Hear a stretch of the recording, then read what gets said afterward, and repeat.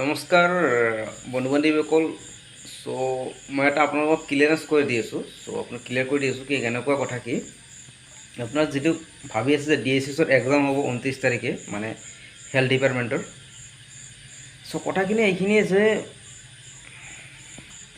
DHS exam আপুনি যিহেতু ভাবি আছে DHS এক্সাম হ'ব টোটেল যিটো 29 মে'ত। আচলতে মই আপোনাক ক্লিয়াৰ কৰি দিছোঁ, আচলতে এক্সামটো আচলতে যিখিনি গ্ৰেড 3 টেকনিকেল পোষ্ট আছে সেইখিনিহে আপোনালোকৰ হ'ব।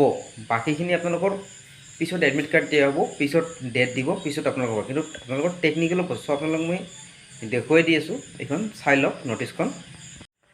এইখন চাওক, এইখন ন'টিছ হয়। চ' ইয়াত ক্লিয়াৰলি লিখা আছে। চ' ইয়াত লিখা আছে চাওক, ইয়াত সেইটো উইল বি 29 মে'ত দিয়া আছে চাওক।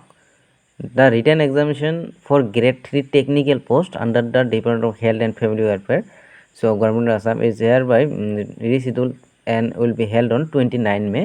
The call letter for the written examination shall be uploaded 23 তাৰিখ 5 May 2025. So here this rescheduled date of written examination for the post of grade 3 non-technical and grade 4 post will be announced later.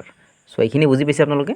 চ' কথা এইখিনিয়ে যে আপোনালোকৰ technical post যিখিনি আছে সেইখিনি 29 মে'ত হ'ব আৰু বাকীখিনি আপোনালোকৰ এতিয়াই নহয়। চ' এতিয়া সিটোত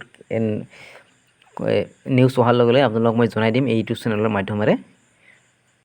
চ' বন্ধু বান্ধৱীসকল, চ' এইখিনি আপোনালোক ক্লিয়াৰ কৰিব লগা আছিল, কাৰণ বহুতো ইউটিউবাৰে চ' ইউটিউবত এনেকুৱা বনাই আছে, চ' থাম্বনেইল এনেকুৱা লগাই আছে, মানুহ আচলতে কনফিউজ হৈ গৈছে। চ' এইকাৰণে জাষ্ট মই বনাব লগা হ'ল এইখিনি। চ' জয় আই অসম, ধন্যবাদ।